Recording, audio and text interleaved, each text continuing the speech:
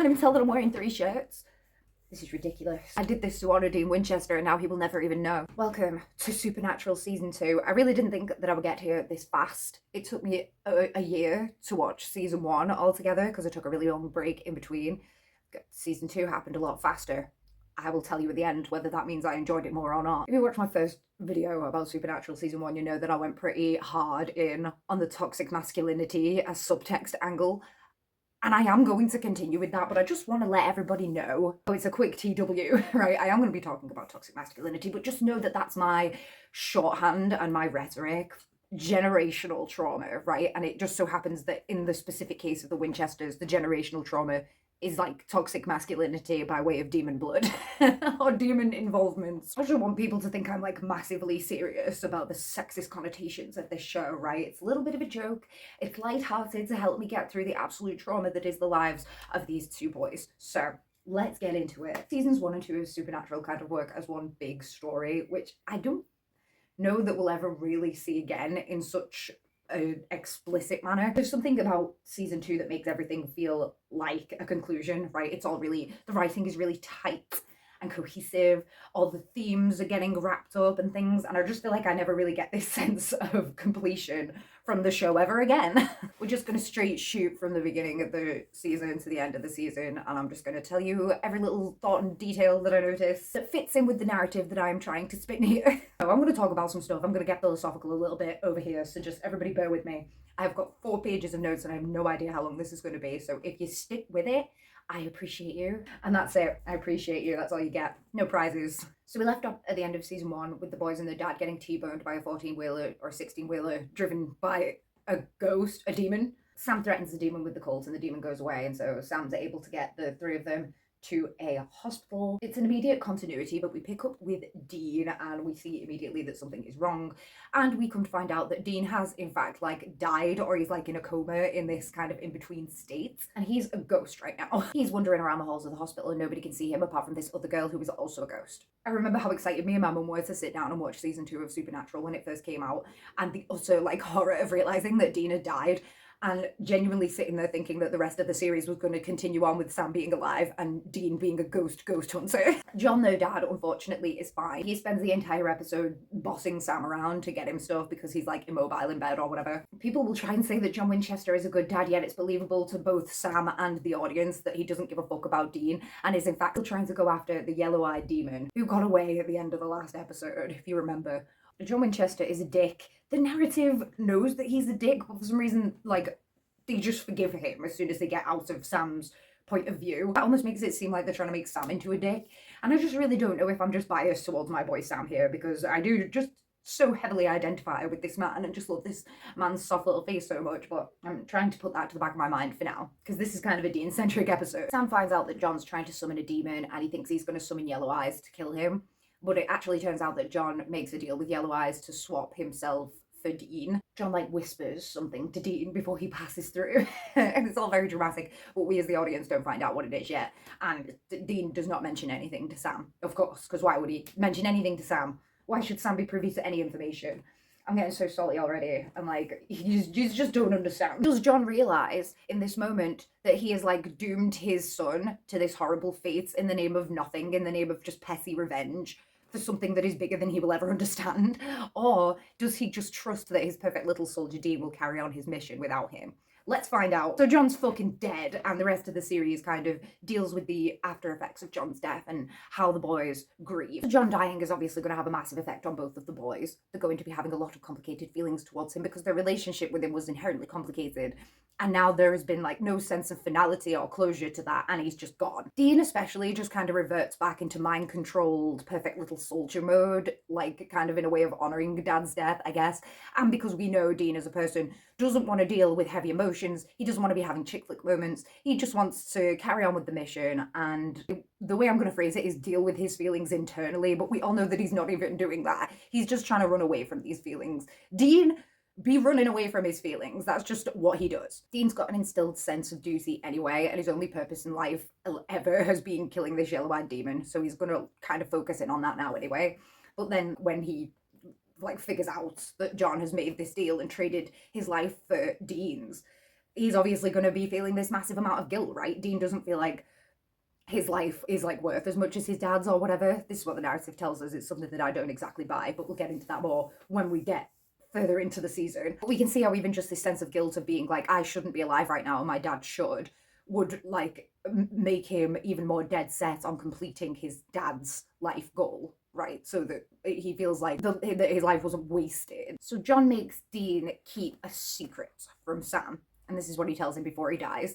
We find out later in the season that it's that Sam may Hulk out at some point and go evil, and Dean might have to kill him. John makes Dean keep this secret from Sam, which culminates in him driving a wedge between the boys, even in death. He's this godly force to the boys, even in death. It's a continuation of this theme from the first season, where John is this mystical, godlike figure in the boys' lives, and like Dean just blindly follows him. It's very biblical, which is very clever considering where the series will go, obviously. But it's also very annoying because to view John Winchester as a godlike figure is just impossible for me, to be honest. I fucking hate him. And I feel like this is the first time I'm going to talk about this, but it's a theme that has obviously been heavily there since the first season, and that's the fact that Sam, as a character, just has zero autonomy in this story whatsoever.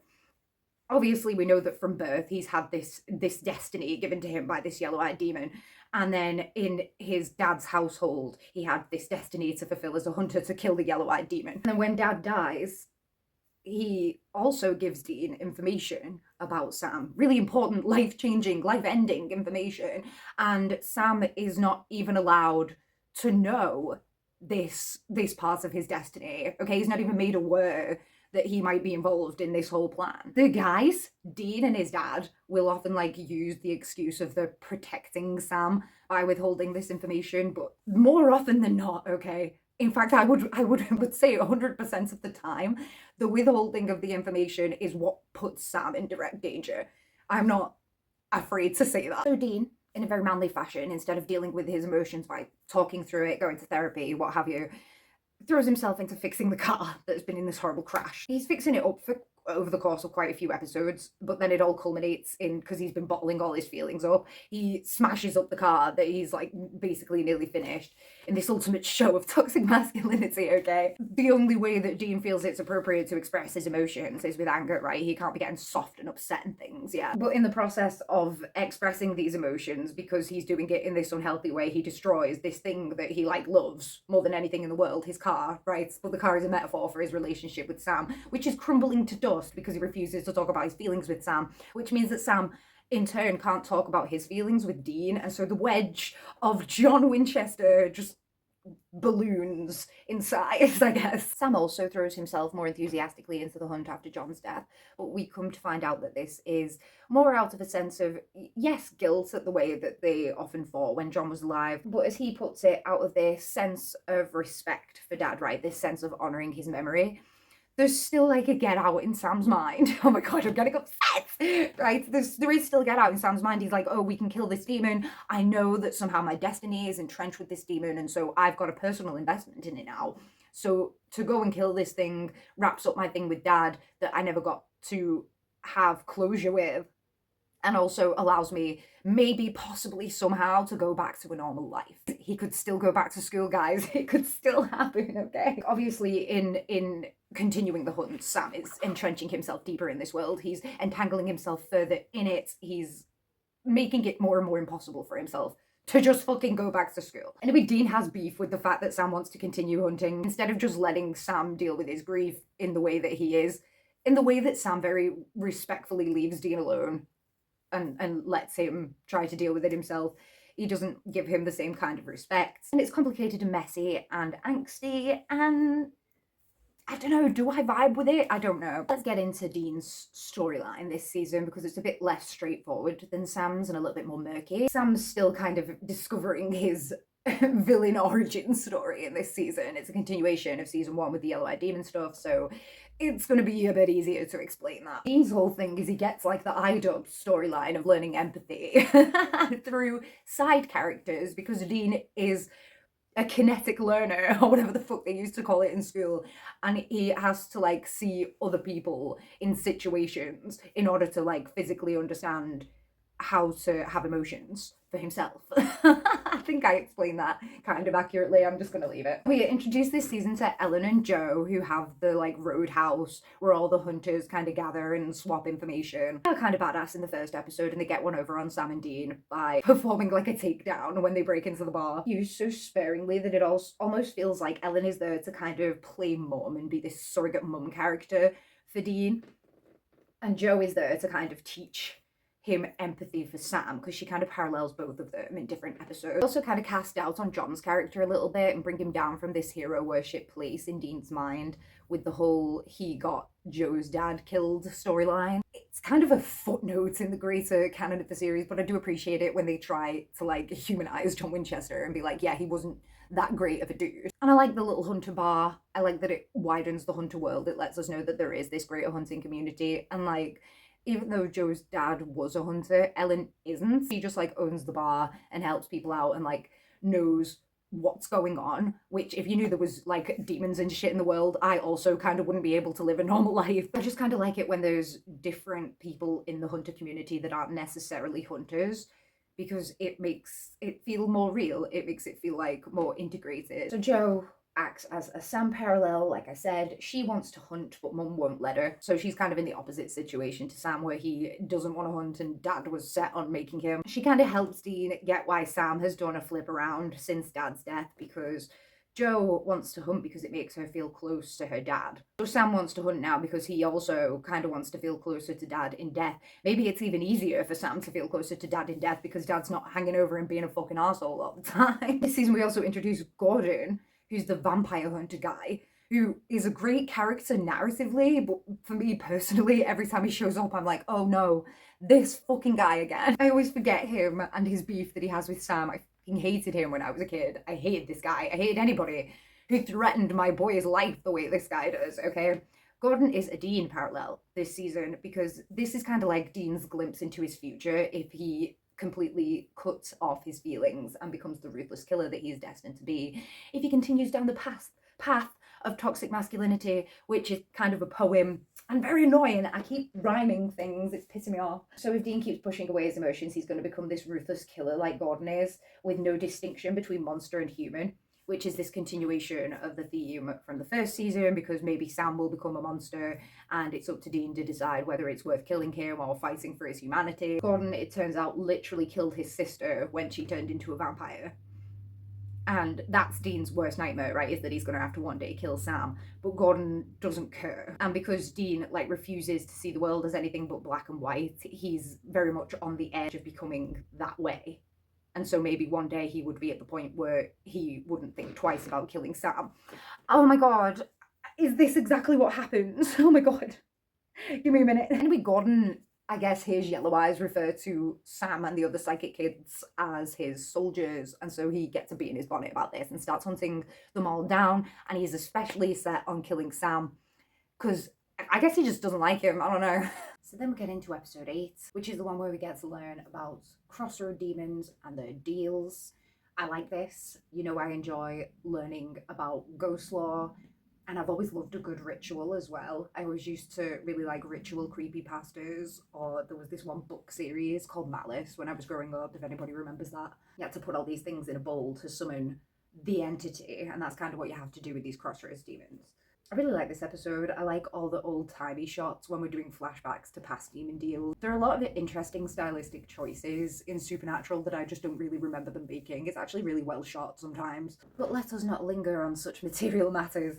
Let's get into some themes. So in episode 1, the ghost girl that Dean was hanging around with actually turned out to be a Reaper, and she was talking about how people become vengeful spirits because they don't pass on after death and they're fucking bored. So eventually they go crazy and start haunting people. Dean refusing to go along with her was him not going along with the natural order of death, which is something that can't be messed with, lest you tamper with fate. Then obviously John makes the deal, which is a massive tampering with fate, if you ask me. There was another episode earlier on where this fucking weird incel guy resurrected this girl that he had a crush on so that she'd be in love with him, and he had like this zombie girlfriend. Crazy. But that episode was also this exploration of this theme of like, what's dead should stay dead, is what Dean says. You can't mess with the natural order of things. Death is like a force that is bigger than these guys. In this episode, that kind of theme starts to relate to the boys more. Dean's obviously quite close to this situation because he knows that John made this deal to save his life, and so he's actually really unsympathetic to the people in the episode that have made these deals and are now facing the consequences of the hellhounds coming for them. Because he's like, oh, you made a choice, you knew what was coming, and now you get what was coming to you. He's got a lot of bitterness towards his dad that comes out in his feelings towards these other people, and this kind of culminates in the one guy who didn't do a demon deal for like fame or fortune. He did it to save his wife from cancer or some other disease like that. This is obviously a lot more relatable personally to Dean, and Dean blows up at this guy who's about to get his flesh ripped apart by demon dogs. And he says, how is your wife gonna feel without you? Did you think about that, or were you just doing this for selfish reasons? And this is kind of how Dean feels about his dad, but it's also foreshadowing for the future because, as we all know, Dean is going to go on to make his own deal at the end of this season. And that's how he is selfishly, even after having this realization and angsting so much over dad this season, that's what he's going to put Sam through because he can't possibly face a world without Sam. But God, I'm getting, the salt is so real, guys. I'm so sorry. The narrative kind of forgives this guy and therefore forgives Dad and Dean for making this deal for love, essentially. And I don't know how I feel about that because, yes, it is a lovely thing that you would give your life to save the life of someone that you love, but also, by doing all of this, they have just royally fucked over the whole world. So it's like, does the world revolve around the Winchesters? Not really, not realistically. So can I forgive them for acting like this? I don't know. These guys are so convinced that they're saving the world, but when it really comes down to it, they let the world burn for each other. So are we really in safe hands with them? Guys, I want us all to question it right now. Let's talk about my boy Sam. Sam is continuing his origin story in this season, and he's kind of got this nature versus nurture storyline going on, okay? Sam tried to escape the hunter lifestyle, but he can't because it's in his actual blood. Like, he has demon blood inside of him. So in order to escape, he kind of has to go after the demon and figure out what's going on so that he can cut it off in whatever way, right? It's like a deep metaphor about, if you take out the hunting aspect, Sam tried to escape a life with his dad because he didn't want to become like his dad and like Dean. And he faces this eternal question of whether there is something innately bad inside of him because of the way he was raised, or if he can like be his own person and beat that.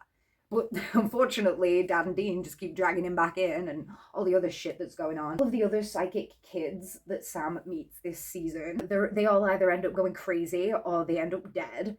So also this aspect of, like, eventually this is going to happen to Sam, right? It seems inevitable. At least that's what I would think if I was in his position. Obviously, Sam's worried about this. But whenever he tries to talk about it, Dean just insists that he's different, which is like, obviously we know that Dean's in denial, but this attitude is not going to help Sam to work through his feelings and be less worried, and it's just kind of leaving Sam to deal with all of these feelings on his own, which is not what a real older brother is supposed to do. Dean, oh my god. Do you know, I like Dean, but like there's something inherently selfish about his character. Episode 9 is the one with the chromosome virus. Sam gets infected and everybody knows that once you get infected, you go insane and go on a killing spree, and so you have to die. That's the only thing that they know to work. They're all locked up in like a hospital, I think. And so everybody's insisting that Dean shoots Sam. And even Sam is out here trying to die for the greater good, and Dean just won't let him. And it's a very obvious foreshadowing for the end of the season. The continuation of this autonomy theme, Dean continues to make decisions for Sam's life, and he gives these other guys in the hospital the keys to his car because he decides that he's going to stay there and die with Sam. Anyway, Sam doesn't die because obviously we know that he already has demon blood in him. He's not going to be affected by the virus. All of this is some kind of test from the yellow-eyed demon, but we are yet to understand it. And so are the boys. Dean had said a lot of things when he thought they were going to die, because obviously that's the only time that a real man can open up when his life is in danger. And they have this big conversation that goes over into the start of the next episode, I think, about how the secret that Dad told Dean before he died was about Sam possibly in the future hulking out and Dean having to kill him. And right before they have this conversation, Dean knows that it is time and that he can no longer avoid the conversation, and he just tries one last ditch effort and he's like, what if we just stopped hunting and went on a holiday?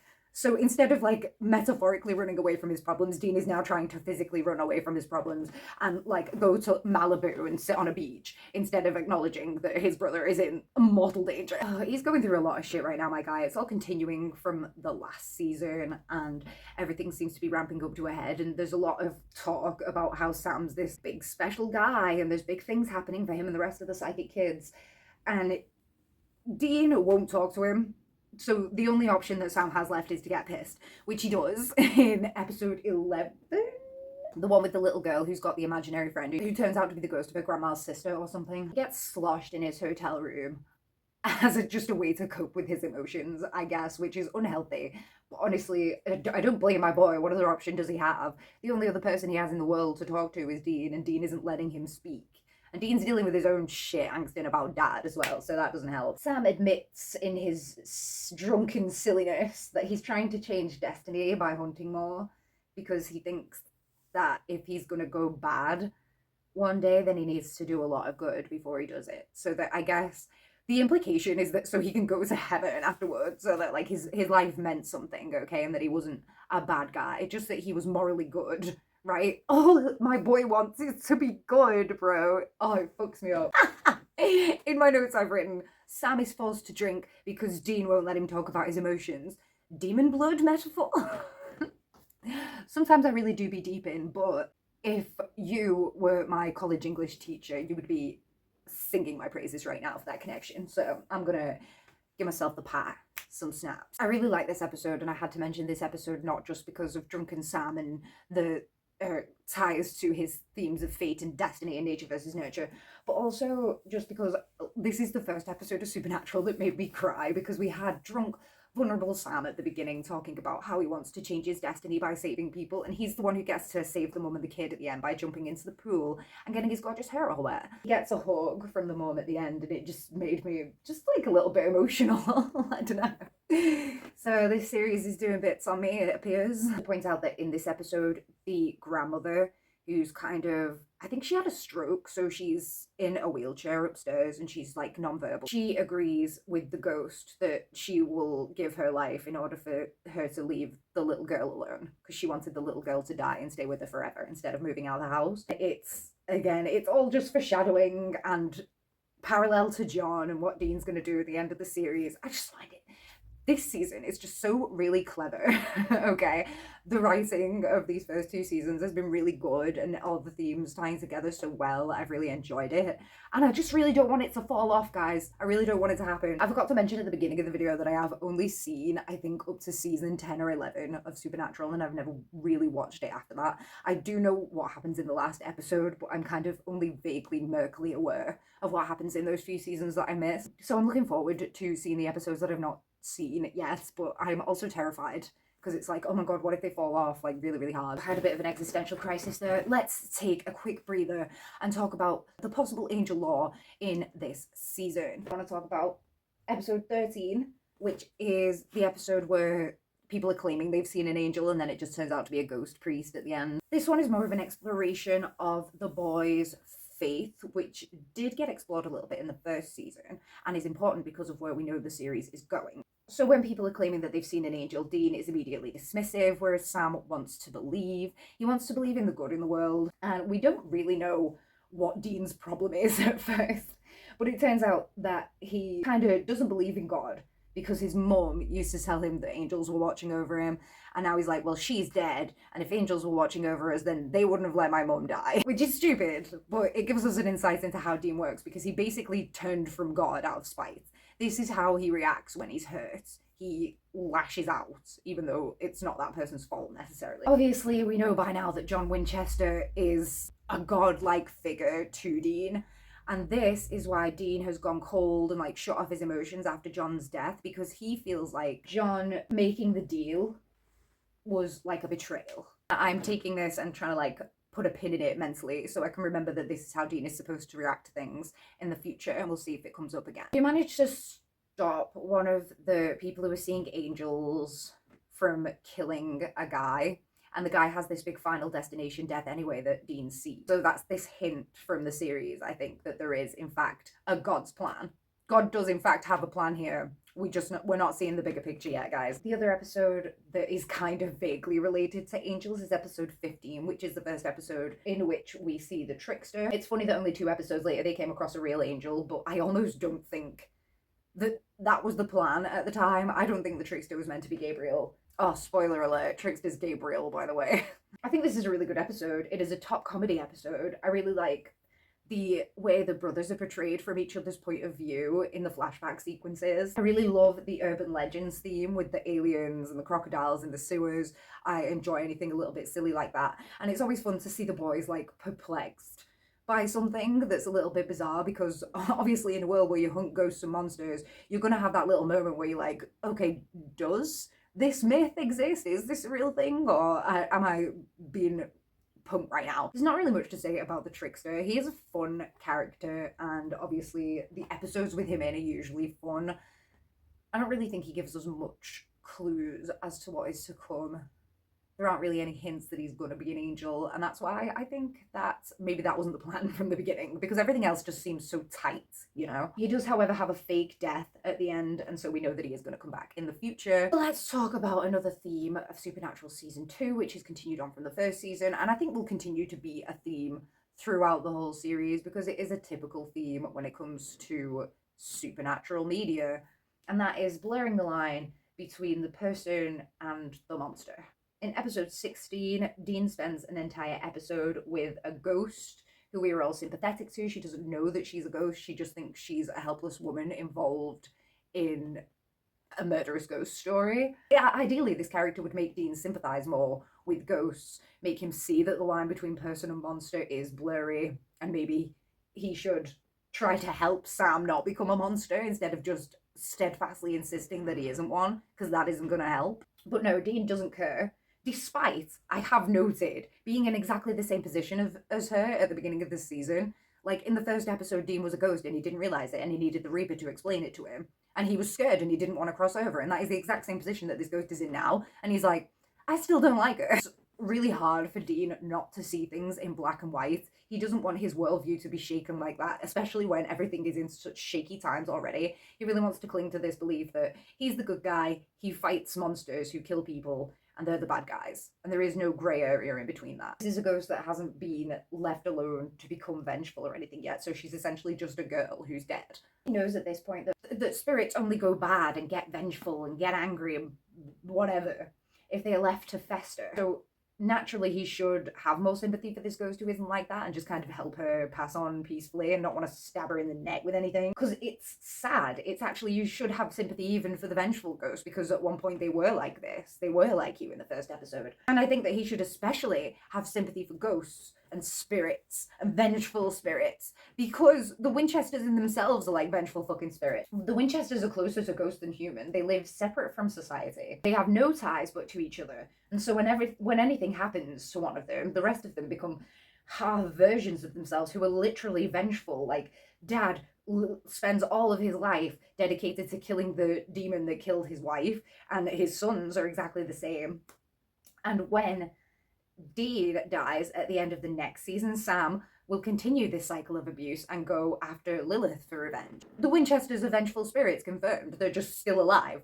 Then there's episode 17, which any self-respecting Sam girl will know is Heart. It's the episode where Sam and Dean are hunting a werewolf, and they eventually figure out that the werewolf is this girl who Sam has been getting close to and like falling in love with. She doesn't know that she's a werewolf, and that's how come they don't realise it at first. And at the end of the episode, because they don't know any cure to werewolfism, basically somebody has to fucking kill her, and Sam, as the guy, you know, who she feels this closeness and this connection to, he's the one who she wants to do it, and he has to bite the bullets. Oh my god, terrible metaphor. At the end, and he goes in there and he has to shoot this fucking girl in the head. Another girl that my man has fallen in love with, right, has fucking died tragically to the hunts. I just can't. My boy needs a break. He needs a break. So many of the episodes are not only telling Dean that he may have to kill Sam one day and like pressurizing him to make this decision, but also foreshadowing what's going to happen at the end of the season when Sam actually does die, and kind of telling him to let Sam be dead, I guess. We all know that Dean is just not going to do that. Madison, the girl who is the werewolf in this episode, is Again, it's a Sam parallel, so many parallels. Madison's had a hard lot in life. She's had abusive exes, she's got like creepy guys hitting on her all the time. And she went through this horrible mugging, which I think is how she ended up getting bit and turning into a werewolf in the first place. And so the werewolf can be seen as this kind of metaphor for her dark side taking over and kind of taking revenge on all these men who have made her life hell, basically. You can compare this to Sam in the way that he's had to grow up in this horrible environment and now he's in this situation that he feels like he can't get out of. And so the demon blood in this case is like a metaphor for his dark side coming to the surface.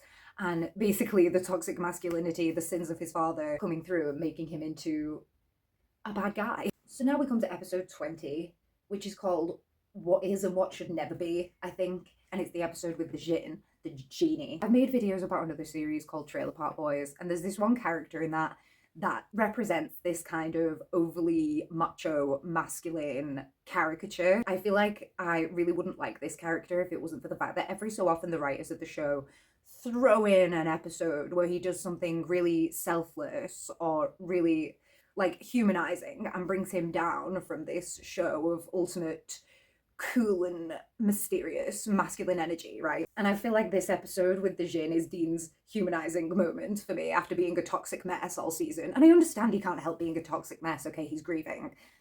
But he's chosen to go about it in just the most silly way instead of just talking to his brother. And there's something that I can't vibe with about that. So I'm gonna call him a toxic mess. My man is literally Scrooge in this episode. Basically, he encounters a Jinn and inadvertently, I guess, makes a wish that his mum had never died. What happens from there is that we see how Dean's life would have played out if that wish came true. Everything seems great. Even John's not around. He died of a heart attack, which is meant to be, oh, at least he died of like natural causes instead of spending his life wasting on a demon, blah, blah, blah. Mum's alive. Sam's going to marry Jess. The one thing about it is that Sam and Dean aren't close because essentially Dean's a fucking dick. You might have picked up that I think Dean's a bit of a dick anyway, but let's go a little bit deeper into it because that's what this episode is really about. It's not often that I get philosophical or like soppy about Dean, so everybody lock in. We see a lot of the time that Dean feels like his life is worthless. Basically, he's got a lot of like self-pity and self-hatred, and it's something that I don't often buy because the show refuses to explore it in any kind of depth. Because at this point, the show is kind of in Dean's point of view, and Dean doesn't want to face those emotions, so the show doesn't either. This episode is the one that has explored that and like hit home for me the most so far. And that's because Dean's life without hunting is actually essentially worthless. We see that he kind of has no purpose in life. It's implied through the dialogue that he's kind of a drunk. He's definitely a bad brother. He and Sam aren't close because he like steals money from him and has stole his girlfriend. The only reason I think that he even has like a really attractive spouse in this dream scenario is because it is a dream scenario. I don't think that any woman would actually put up with the Dean that we are presented with in this episode. It really shines a light on Dean's lifestyle as a hunter and the fact that it's only cool that he acts the way he does, like this mysterious manly cowboy, because he is a hunter. In any other situation, it's like cringe. At the end of the day, this whole thing is like, it's a movie, it's an act, it's bravado, it's something, a personality that Dean has to project so that he can get on with this lifestyle that he feels gives him purpose. What makes Dean want to take the dream back is that he finds out everybody that he and Sam saved on their journey actually ended up dying because they weren't there to save them. It's just this reinforcement of the fact that Dean's life purpose, the thing that gives his life meaning, is the hunt and is saving these people.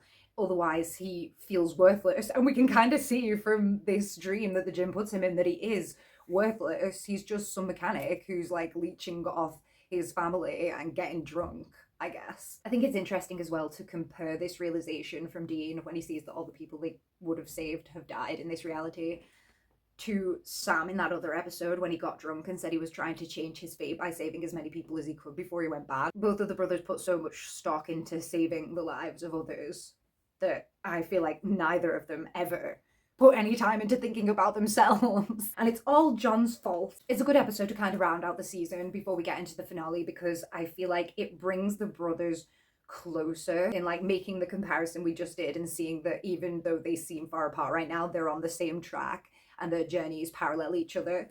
And it brings together this theme of not messing with the natural order in a big way by having an entirely different reality play out in front of our very eyes. And Dean's set now in this mindset that what they're doing is the right thing to do. So everything in the narrative is screaming at Dean to let Sam die when he does eventually die at the end of this season. But also, Dean has just had this massive reminder of everything that they've lost. Their mom, their dad, the chance at like a family. Sam has lost Jess. The only thing Dean has left in the world is Sam, and he's just been made to realise this and how important the closeness is to him because of the fact that they weren't close in the genie world. And all of this right before Sam is about to horrifically die right in front of him. So we can kind of understand why Dean might be a little bit conflicted about this, about maybe messing a little bit with the natural order, which is unfortunate.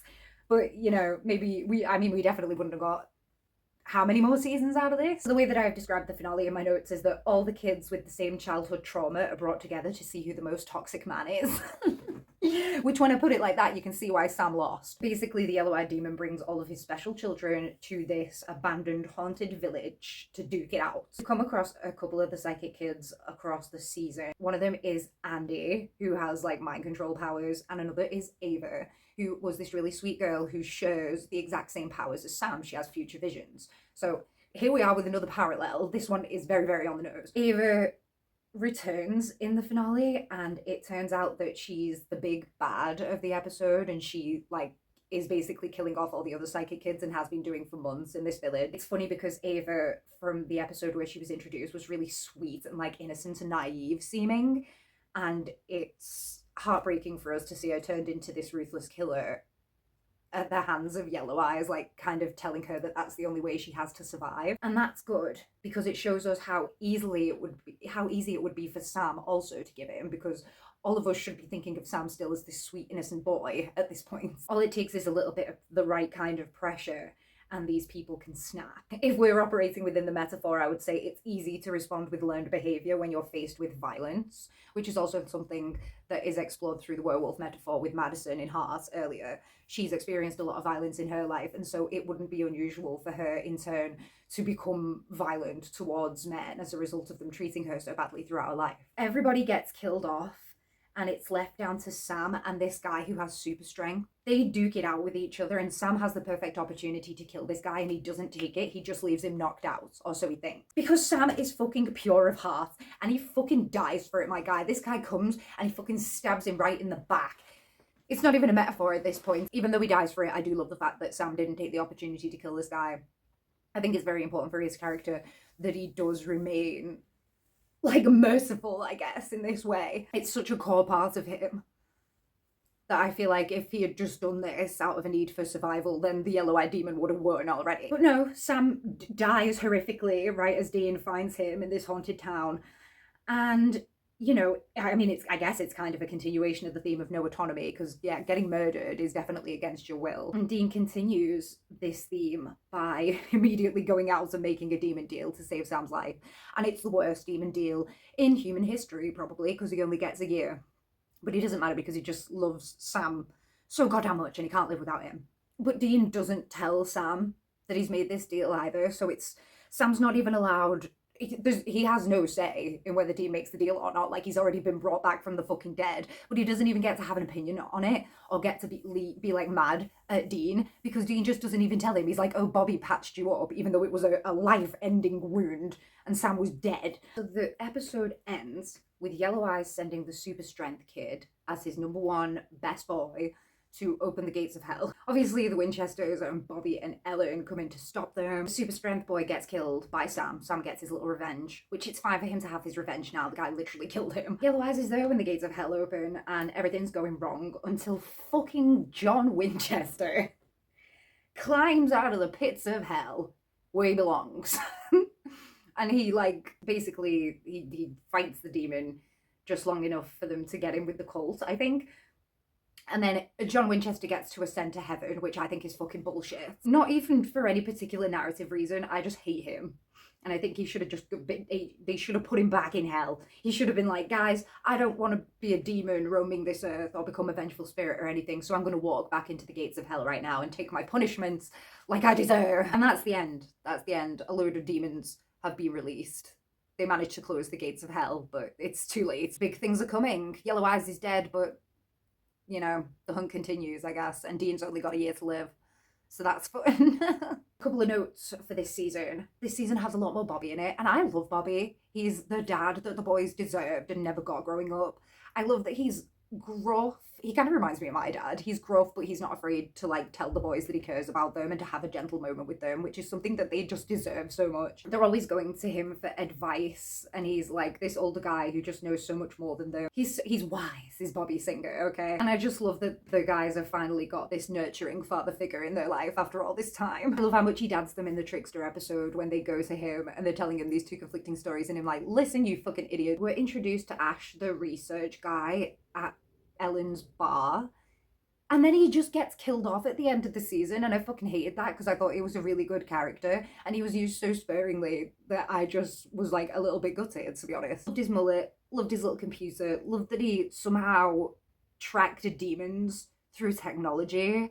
Pretty cool. We stand a nerdy king. I couldn't let this season go by without reminding you that Dean locks Sam in a room so that he can go and shoot some kid in the head in the Croatoan episode. Protector of children, my arse. So Dean's an Aquarius, confirmed by the show. And more than anything, I'd like to know how the astrology girlies feel about that, because I want to keep the opinions to myself for now, because I feel like a lot of people aren't here for that. I really feel like the show has honed in on the humour a lot more in this season and kind of come into their stride with the humour. Obviously, I'm not going to be scared by a supernatural episode now, but they still managed to get the creep factor in there. Like, I'm thinking about the clown episode, has that nice, scary, funny dichotomy because of Sam being scared of clowns element and Dean making fun of him for it, and also getting himself into a lot of social faux pas at the circus. The episode with Andy, the psychic kid, the mind control guy, where Dean just gives him the Impala, his precious baby. The first time you were watching it, you didn't quite know what was going on, but it's still funny and it still hits even when you do, just because you know the character, you know Dean and how much he loves his car, and here he is just brazenly giving it away to this stranger. There are also just some really good one-shot episodes in this season. I'm thinking about episode 7 with the Death Omen is really stellar. Sam's in a police interview, I'm pretty sure, and his narration versus the actual events is nicely edited together. There's a cool lady cop in this episode, which I always love. It mirrors that one episode in the first season where Dean was with the cool lady cop trying to rescue Sam from those hunter people. This time, Dean is the one who's locked up and Sam's the one who needs to rescue him. Believe it or not,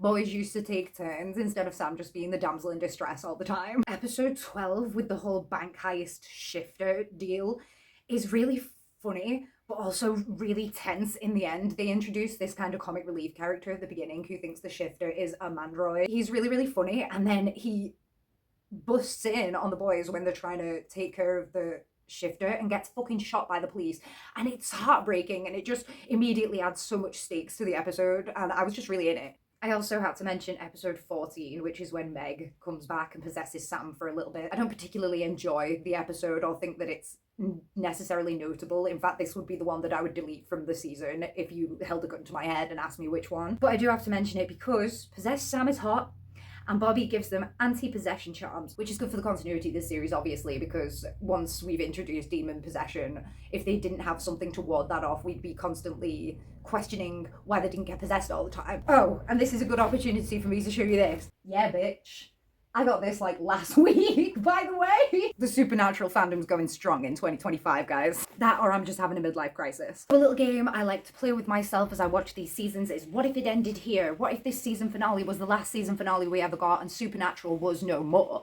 In this particular case, Sam still can't have a normal life because he has to figure out how to save Dean and make up for opening the Devil's Gate karmically, try to figure out a way to save Dean's life so it's not like he can fucking go back to school, is it? I feel like at this point he's just completely entrenched in the lifestyle, and I'm deluding myself into thinking that he's ever going to have a chance to have that again. Meanwhile, Dean never had a life in the first place, and he's definitely at least started the metamorphosis completely into dad, right? Because now he's made the exact same deal that his dad made at the beginning of the season. So the pair of them at this point are just destined to become their father, which is the last thing that Sam at least wanted at the beginning of the series.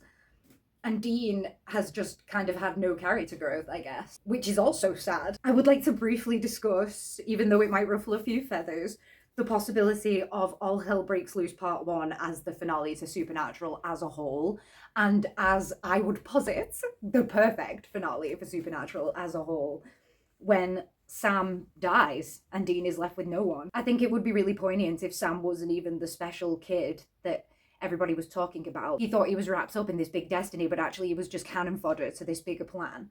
And he'd been dragged back into this lifestyle by Dean just to die for no particular reason. And, you know, Dean's left with the guilt of that. And, you know, has just become his father by, like, kind of dragging Sam into this and being his surrogate dad in that way. Yes, it's really sad and fucking tragic, but at the same time, thematically, it's really good, no? And I'm really glad it didn't end there. I'm so glad that Sam Winchester is not dead, but I don't know, like, I love when movies and stuff aren't afraid to just kill off a fucking beloved character. I love it. And to just, like, fucking wallow in the tragedy of a death, right? So I really kind of, like, feel like I could have lived in a world where All Hell Breaks Loose Part 1 was the end of Supernatural as a whole, but it would have fucking haunted me for the rest of my life. But it does not end there, guys. We've still got a long, long way to go if you've made it this far. This has been fucking long as fuck, so nice one, I guess. I don't guess. Yeah, nice one. And I'll see you in season 3, bitch.